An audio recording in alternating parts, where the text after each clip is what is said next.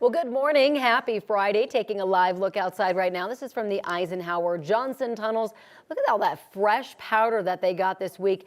Two different sides of the tunnel, as we always say. Totally. Today in the metro area, absolutely gorgeous. Blue skies, and it's going to be really nice if you have to get that last run in before the races this weekend. Thanks for joining us. I'm Corey Rose. And I'm Jordan Chavez. Good morning, everybody. And then at the end of the weekend, we're seeing totally different weather rolling in. Gotta love Colorado weather. You know who does love Colorado weather? Senior meteorologist Chris Bianchi. That's who. Chris, good morning. Good morning. There's always something going on. That's the thing about it. There's something going on. What's going on right now is we've got a little bit of mountain snow. Though we're starting to see that sun poke its way on through, and you can see those fresh snow-capped trees off the distance there at Loveland Ski Area, which closed just last Sunday, but still seeing some flakes up by the flat tops and down into the San Juans. Hey, we'll take every flake we can get. Snowpack in rough shape in the high countries we've talked about for the last few weeks. Today, low 70s, mostly sunny skies, breezy and seasonal out there for today. But as we look ahead, we got some storms ahead for both tomorrow and Monday, and some of those could be severe on Sunday. We'll break that down for you in a few minutes. Want to send things over to Erica for a check of traffic. Chris, thank you so much. Right now, Sky 9 up and flying right over 47th and Havana, where we have a crash working to be cleared this hour. Tow truck just arrived on scene in the last couple seconds as I've been watching this shot, and Sky 9 again got up and over things. But it is smack dab in the middle of the intersection. Of course, that always creates a headache. We've got this vehicle here with some damage. Police cruisers kind of blocking things off just behind it along Havana and 47th.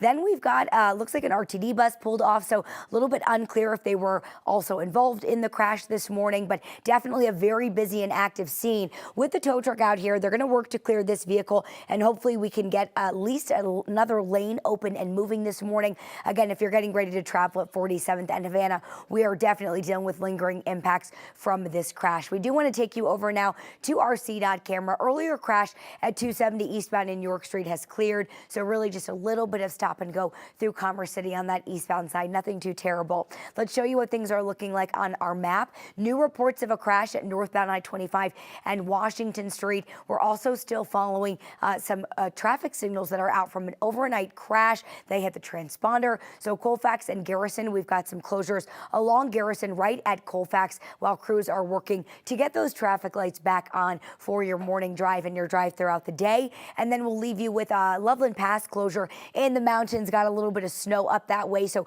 pretty typical that we see Loveland Pass closed. That closure between I-70 and Montezuma Road, a little bit slick along I-70 as well.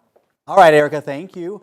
This morning, Glendale police say that they are waiting on key forensic evidence to help solve a 2024 homicide. Last May, police responded to an apartment on South Forest Street. They found the body of 42-year-old Clorinda Blackburn.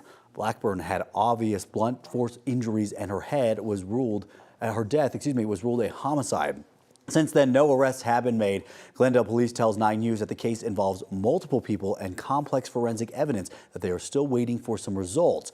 Blackburn's family fears her case will go unsolved. I hope this opens a lot of people's eyes, and I hope they can see our hurt and devastation every single day, that we don't get answers, that we don't get justice. Glendale police say that they understand the family's grief and frustration, are committed to the investigation. Blackburn's family says that they are working with a tribal victim advocate to better communicate with investigators. A brief outage at Colorado's Air Traffic Control Center left pilots without radio contact for 90 seconds on Monday. The FAA says planes stayed safely separated, but the incident is raising concerns about travel safety. So this happened Monday afternoon at the Denver Air Route Traffic Control Center in Longmont, the facility that oversees high altitude flights across 9 states. The FAA says both main transmitters and a backup frequency went down for about 90 seconds.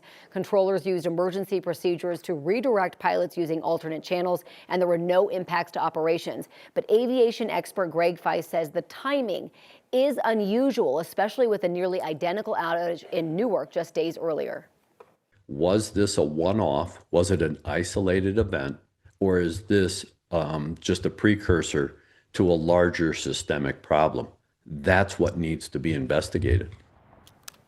Feith says commercial flights remain safe thanks to built-in procedures and highly trained crews. The FAA is still investigating what caused the outage and whether outdated equipment played a role. Well, there's a flurry of activity across Chinese factories and ports. American and Chinese companies are rushing to make the most of the 90-day tariff pause. Bookings for shipping containers from China to the U.S. have spiked almost 300%, according to container tracking software provider Vision. Meanwhile, multiple Chinese media outlets have reported that suppliers are working overtime to meet the surging demand from U.S. companies looking to restart orders. The U.S. and China announced the tariff rollback on Monday.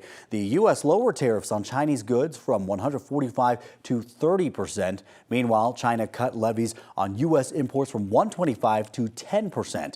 The pause is for an initial 90 days as negotiations for a permanent deal continue. Waymo, the so-called robo-taxi company, has recalled hundreds of cars after reports of them crashing into barriers, according to the National Highway Traffic Safety Administration. CNBC reports the company, which is a subsidiary of Google, is aware of 16 collisions with chains, gates, and other barriers between 2022 and 2024. The company says there were no injuries in any of those crashes. 1,200 vehicles are covered by this recall, and the government recall notice said each used a specific generation of software that's being updated free of charge. Waymo has about 1,500 vehicles on the road in San Francisco, LA, Phoenix, and Austin, Texas. A close call caught on camera in New York. You got to see this.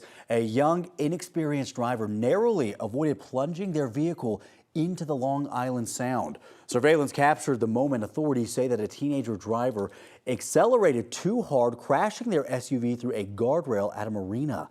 Miraculously, the 17-year-old stuck a lucky landing on a floating dock below and avoided plunging the vehicle headfirst into the waterway.